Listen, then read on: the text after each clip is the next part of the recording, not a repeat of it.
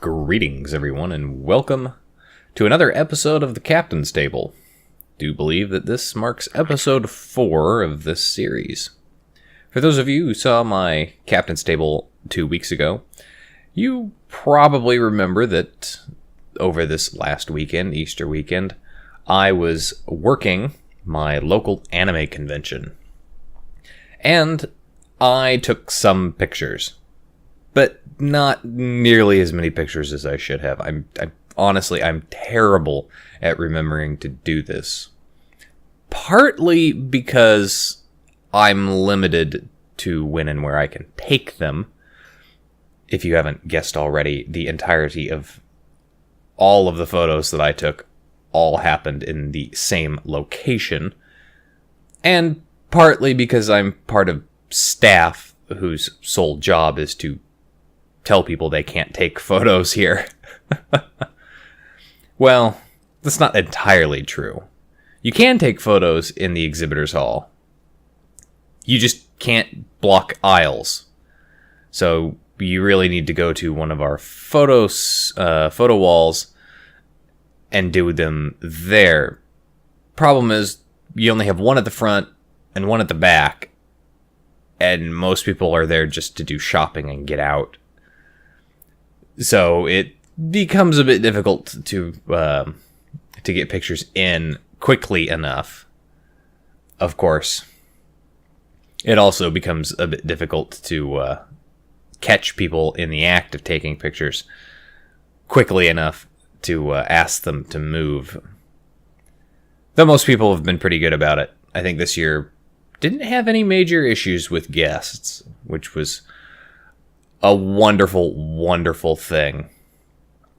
Unfortunately, I didn't get to spend any amount of time outside of my workstation here at the convention, so I didn't go see any panels this year.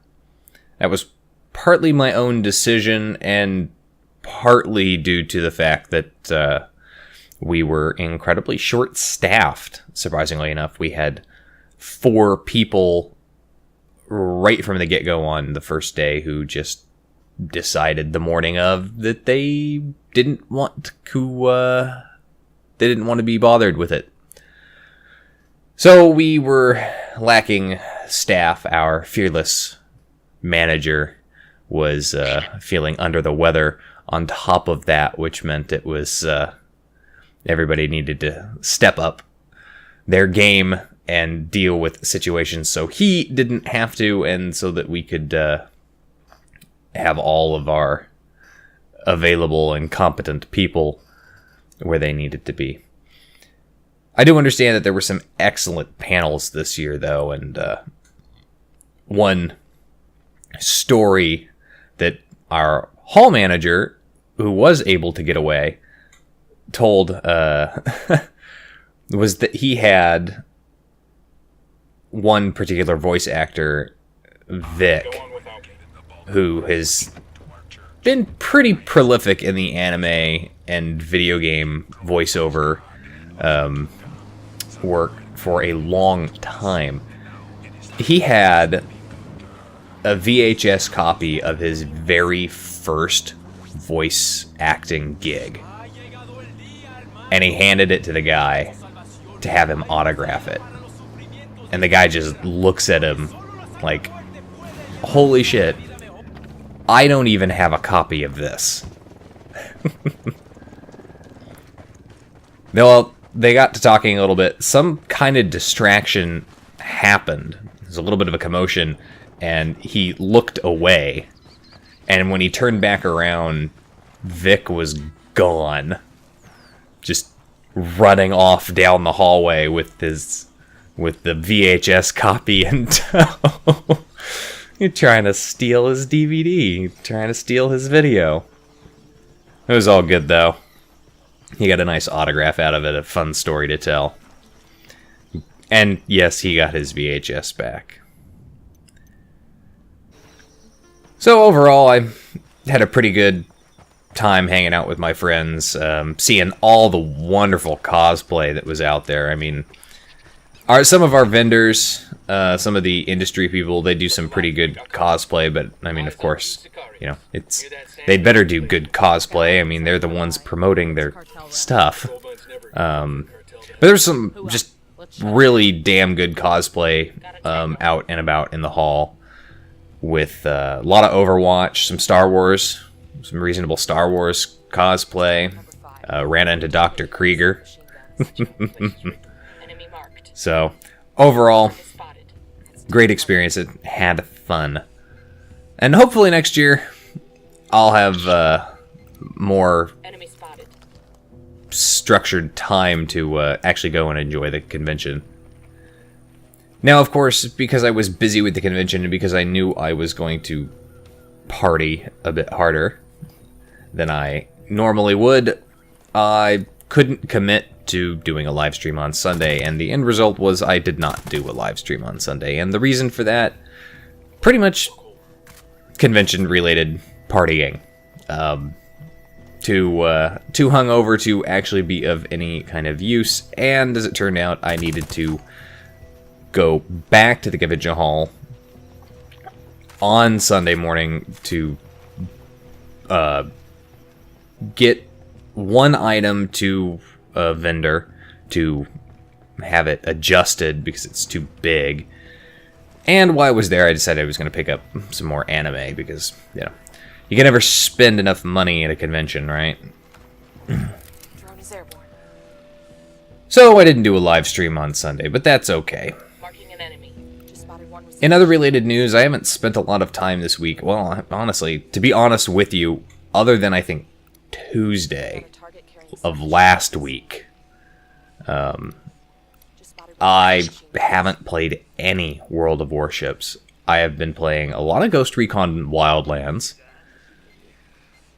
I've been watching a lot of anime, and that was mostly just prep for con to get me motivated. But I just haven't been playing a lot of World of Warships, and I think part of it has to do with just being a little bit burnt out on it. So, as a result, got to get back into playing that. Might be a little bit rusty, depending on when I get back into playing that. But it's okay. It's World of Warships. I'll pick up my stride pretty quickly again anyway. As far as Ghost Recon Wildlands goes, the game so far is just looking fantastic. Part of that has to do, though, with the fact that I picked up a new graphics card specifically so that I could go and play this game on ultra settings and not have any issues.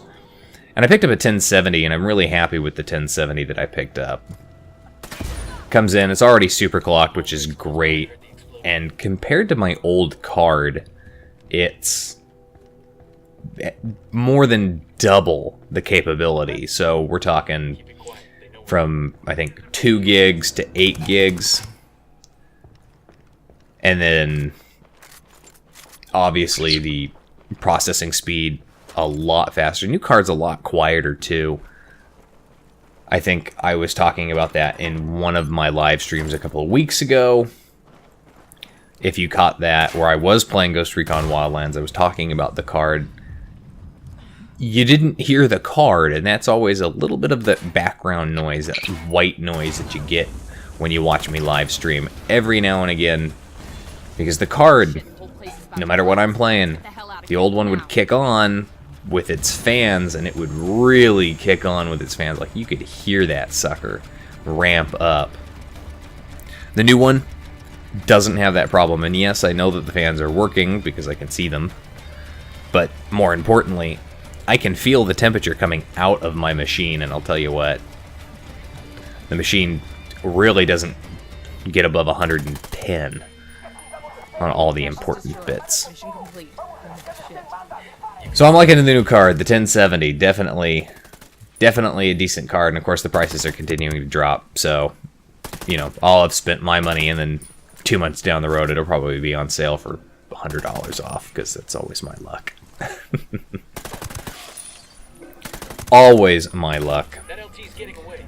While I was at the convention this year, I did try to buy some mechanical Kantai collection stuff. Unfortunately, there was really limited stuff to get. Not a lot of figures from the show that I actually recognized. And not a lot of people selling shirts, surprisingly enough. Actually only bought one shirt, and I'm happy I bought that shirt because, of course, you know, I played the Iowa and the Missouri, so it seems somewhat fitting. Did try to go and find, you know, some Blu-ray of those anime of Kanako, Arpeggio, Blue Steel, but they're not out in the US yet, which surprises me. I'm like, I remember watching this years ago. Where the hell are they? No, they haven't been released in the US yet, so I wasn't able to get that. I was a little bit disappointed in that lack of much needed ship girls. But oh well, there's always next year. It should be out next year. Actually, they'll probably have screenings of it next year that I might go to. So yeah. But going back to what I was saying, I've been playing a lot of Ghost Recon Wildlands, and I have to say I really, really like that game. My only pet peeve with Ghost Recon Wildlands is that they mislabeled a gun. Specifically, they mislabeled my gun.